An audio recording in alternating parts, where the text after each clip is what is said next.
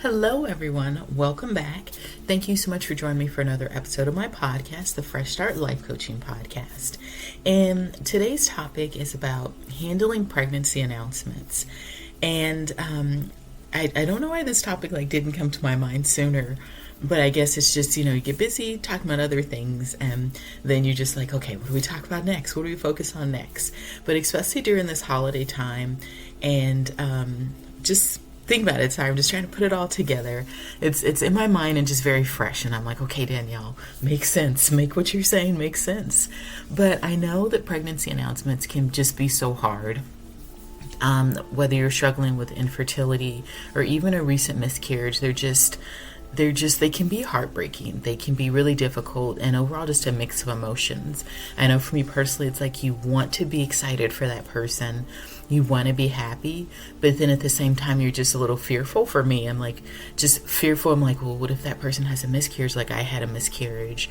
Or at the same time, you can just feel these feelings of just, you want to put that smile on, but it feels forced. You're just like, oh, I want that to be me. You feel guilt for not being happier for your friend or family member or coworker, or even just a stranger. Maybe it's a celebrity, so it's like you feel angry, you feel a little envious, you feel jealous. You can just feel a mix of emotions. And honestly, that's all normal. It's okay. It's not letting those emotions consume you. That's the next challenge. But I know during this holiday season, it can be hard because that's when people start announcing their pregnancies. And especially if it catches you off guard and you're just like, oh, I didn't expect that. People are kind of looking at you. Sometimes you have people that are waiting for your reaction, or they might ask you how they feel. If it is like a friend that's maybe thinking ahead, or a family member that's thinking ahead, maybe they announce it to you first before they announce it to the group, which is very kind. But sometimes, that usually doesn't always happen.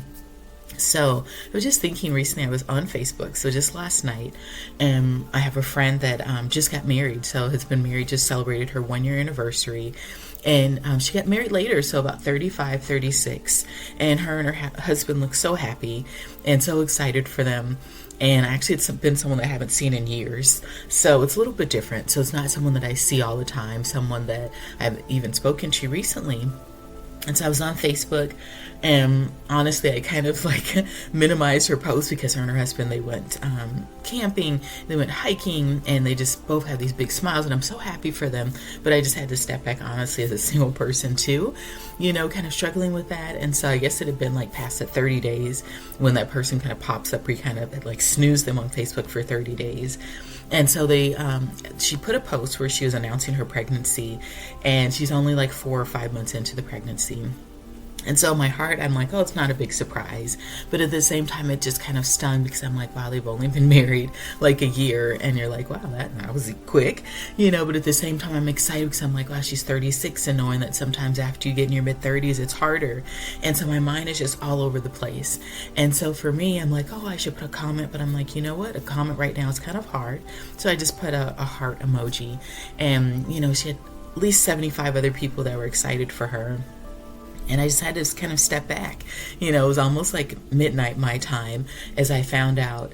And I kind of stepped back because I said, Danielle, don't just stuff down your emotions like you usually do. And I felt myself just feeling kind of emotional, felt myself feeling upset. And I'm like, Danielle, literally yesterday was Christmas. So I said, Danielle, you've had a good Christmas. I know that it wasn't all that you had planned. I know, some things fell through. It wasn't all that you expected and different things, but it could have been a lot worse.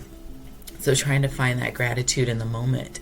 But, in that, I really had to kind of step back, and I said, Danielle, address how you're feeling in the moment versus just pretending okay, this isn't happening, or just, I'm happy for her because I'm like, this is going to keep you up.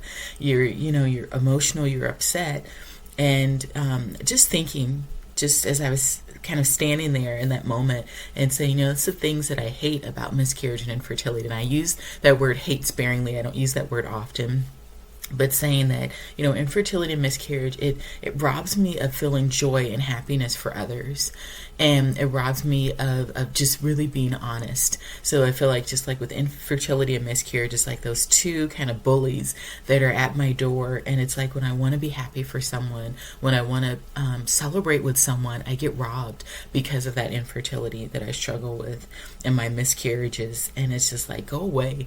It's like those two things, for infertility and miscarriage, I'm just like, go, go far away. But it's something that's here, and it's real, and it's present. And that seems to be kind of with me, frenemies in a way. And I feel like both turn me into like this envy monster. And I don't say this for others, but I know for me personally, I feel like this turns me into like this little green envy monster, someone that I don't want to be. And yet realizing that those feelings can be normal, of jealousy, envy, and angry, as I want to celebrate with my friend and I want to be happy for her, but I'm like, but at the same time, I so want it to be me. And that's okay. And it's okay to embrace those feelings and just kind of say, this is how I'm feeling right now, and to be honest. And for me as a Christian, to really surrender those feelings to God. And saying, right now, God, I want to be happy for my friend, but I'm overwhelmed and I'm hurt and I'm sad. And for this to come during a holiday, and yet it's not her fault. I'm happy for her. I don't know her journey to pregnancy. And in this, to think, wow, she got married at 35, 36, and she was at my wedding, over 10 years ago, and she was nothing but kind and nothing but sweet. But then also, too, in that, just thinking about, as I was thinking about her pregnancy announcement, I'm like, oh, she deserves this. And yet I had to really stop and say, wow, Danielle, I never really thought about it before. And just thinking about how I am so quick to say, well, she serves in the church. Her and her husband, have been faithful, in their walk with God and different things. So saying, oh, they deserve this. She's worked hard. She's done this. She's waited, and this and this and this. And saying, really had to kind of really call for what is and say, well, no one's more deserving than anyone else to get pregnant. And it was just that word that I kind of had to stop on and say, deserving. And say, well, Danielle, do you feel like you don't deserve a happy pregnancy, a healthy pregnancy, deserve to get pregnant at all? Do you feel like you deserved your miscarriage? And sometimes I had to really sit there and say, no, Danielle. Well, sometimes I do feel like that, saying, okay, well, I deserve my miscarriage because I didn't do this, or wasn't this enough, or because I didn't pray hard enough, or do this enough. And say, no, Danielle, no one deserves a miscarriage, and no one deserves a pregnancy. And so I really had to call out those feelings in the moment, because I'm like, I never thought that way before. Like, I had those feelings like deep down, but saying, no, Danielle, you're deserving. And saying the same thing for the person that's listening now. You deserve a happy and healthy pregnancy that goes to full term. You deserve to not have frequent miscarriages or recurring miscarriages. You deserve to not struggle with infertility. And I'm like, oh. It kind of was like freeing in that moment as I'm going through all this, right before midnight on Christmas. And saying that it's like, it's not like this game of who deserves it more versus, saying, okay, well, this person has a stronger faith than me, or this person was nicer, or like with my friend saying, oh, well, she was so nice to me at my wedding. And I didn't even think about, how she might have felt at my wedding as I invited her to be my bridesmaid, and I was struggling with singleness, kind of overcoming my singleness as I got married, and, not really taking her feelings into consideration at that time. But I said, Danielle, that was over 10 years ago. That you have to let go. Maybe it's a time to apologize to her later, either way. But my thing is, I said, stepping back and saying, I can still, as much as I can, be there for her during her pregnancy. I can still say, check in and just say, hey, how are you doing? How are you feeling? Or I'm so excited for you. I'm happy for you. And I hope that things go well. Right now, I'm not in that point. So I can be honest with that. But that doesn't mean that I won't be there, in the very near future. And as I stated, surrendering my feelings and surrendering that feeling of that I'm not deserving, and kind of countering that lie with something positive and saying, Danielle, just as your friend had a baby, you deserve a pregnancy too. You deserve to have a pregnancy that's not rocky and that goes to full term. You deserve to not go into preterm labor. You deserve to, overcome your struggles with infertility. I'm deserving, you're worth it, I'm worth it. And so I just had to be reminded of that. So in all of this, just kind of wrapping everything up. In this, I had to just be reminded to be kind to myself in the midst of pregnancy announcements and, trying to celebrate with others, but also not forcing it either. So sometimes maybe that heart emoji is all that you can put. I know for some people it's different. Maybe it's someone that you're going to see frequently. Maybe it's a friend, family member, a close friend, someone that you see often that's at your house, that you call often. There was a woman and she was on Facebook and she's like, oh, is my comment too harsh? And her friend was announcing her pregnancy and her friend said, oh, I'm so many weeks along. And she's like, oh, that's good. And some people would call this person out for just being short with her friend and saying, it's not your friend's fault for getting pregnant, and saying that how she handles her friend's pregnancy now can impact their friendship down the line. And some people chimed in and said, because they weren't, as nice or as considerate as they could have been, with their friends, that's ruined their friendship. And now that them and that friend that was a good friend at the time are now distant. And other people said, it's okay to just be honest in different things. And other people said, hey, you can kind of word it this way and maybe not be so sharp with your words. And so I get it. Sometimes it's hard because it's like it's unfair that we have to kind of think of how we have to kind of have to tailor how we say things, when we say things as we struggle with that person's pregnancy. It'd be nice to just say we can be happy for them, but it's like that's because of our past, because of our infertility, miscarriages, and other things that have happened in our pregnancies. It just, like I said, it taints everything. Now we have to be careful how we say things. Now we have to come off as not being bitter or resentful. And I'm like, that's not where I want to be. That's not where my heart wants to be. But that's kind of sometimes what oozes out of me because of just things that have happened in the past. And realizing, more importantly, if you don't remember anything else from what I'm saying, just remember that you're not a bad or evil person for feeling those mixed emotions, for feeling sad, for feeling angry, for feeling jealous, that those emotions can be normal. It is important to kind of get those emotions in check so they're not consuming you. So it's not like you're dreading, your friend's pregnancy for the next 4 or 5 months. So with my friend almost being 4 or 5 months into her pregnancy, I don't want to be that person that just blocks her. Or that person that just, suffers in silence and is just kind of angry or, has these emotions and feelings. I want to celebrate with her. Maybe even get to the point where I can send her a gift, in the mail. She's only a couple hours away from me. And maybe take this time to rekindle, our friendship. Maybe give some parenting, new mom advice, whatever it might be. But I don't want to just avoid her. In the midst of this, I want to be able to comment on her pictures and say, I'm so excited for you. And, the same thing. And for another friend who actually lives in another country, and once again, I haven't seen her in over 10 years. And I'm like, maybe just checking in with her and say, hey, how is it going as a new mom? And how can I pray for you? And just kind of giving what I can in the moment. So it's okay in this space to just be honest with yourself, to say, it's okay to kind of feel guilty. It's okay to say, I'm happy for you, but I still feel sad for me. And maybe I don't have to always vocalize that to my friend, but I can still think it and say, it's okay to be happy for them, but my heart hurts as I think about my babies that I've lost. And I think about, wanting that pregnancy announcement that's just not coming no matter what I do. So, in that, just be kind to yourself. Maybe realize that you might need to take time to step back. For me, my situation's a little bit different because I don't see this friend on a regular basis. I'll see her through Facebook, but we actually haven't talked in a couple of years. But maybe this is time to rekindle our friendship.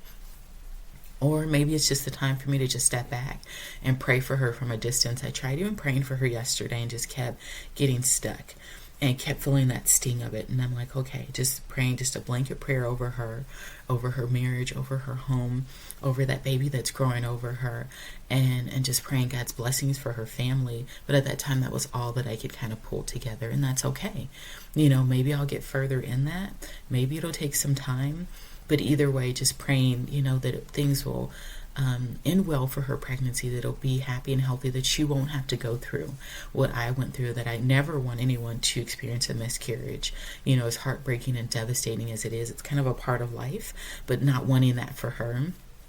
And wanting to be there for her in the good times and the morning sickness and the not so good times. And maybe, as I stated, taking this time to rekindle a friendship that had kind of fallen by the wayside. But, in this, just, my heart goes out to all those that are faced with this right now, that for all the holiday pregnancy announcements, all the holiday engagement announcements and different things. And wherever you are, if you find yourself single in this season, if you find yourself struggling with infertility in this season, or if you find yourself faced with your first miscarriage or even another miscarriage, I am so sorry. As you're going through these different things and just trying to figure out how to continue life in the midst of the tears and the sadness and the pain, in the midst of just trying to put on a happy face when your heart is breaking, when you're just trying to hold it all together. And I know for me last night was just hard because I'm like, of course it's Christmas. And so that brings up a midst of a lot of emotions. It was the first Christmas without my dad. And the first Christmas just where things were different, trying to figure out co-parenting. And Christmas where I'm not quite where I want to be and where I wanted to be further in life, and struggling with loneliness as a single person. But in the midst of all that, saying, okay, and then my friend's pregnancy announcement kind of threw me off, but at the same time saying, but in the midst of all that I'm going through, what's some ways that maybe I can be there for my friend in the very near future, and not kind of, pushing down my feelings or pretending like my feelings don't matter. I was able to address my feelings in the moment, and then, really think of how I was really feeling and address some new feelings that had been deep down, like I stated, that feeling of not feeling worthy or not feeling deserving of a pregnancy or a happy relationship or, anything, and really having to address that in the moment. But I'm like, wow, that's something I've been feeling for years and never really faced it. And I'm like, okay, so in this, her good news brought up some sadness and some other things for me, but it brought up things that needed to be dealt with and things that needed to be addressed. So wherever you are, long story short, or long story even longer, right, on your journey to trying to conceive, I'm sending a warm hug your way as it's freezing cold here. But as as we round out the holiday season, get ready for New Year's, I know then Happy New Year overall, because by the time this episode probably airs, it will be right after New Year. So Happy New Year's to you. I hope that 2024 holds more for us. So not just for myself, but for you, the listener too, that it holds more happiness. It holds joy, it holds good announcements, and it holds good news in the midst of maybe not so good news. So, we'll see what 2024 holds. And at this point, we just take it one day, one moment at a time, because sometimes that's all we can do. That's all we can offer. So thanks so much for listening. Have a good day. And once again, Happy New Year and Happy 2024. Talk soon. Bye.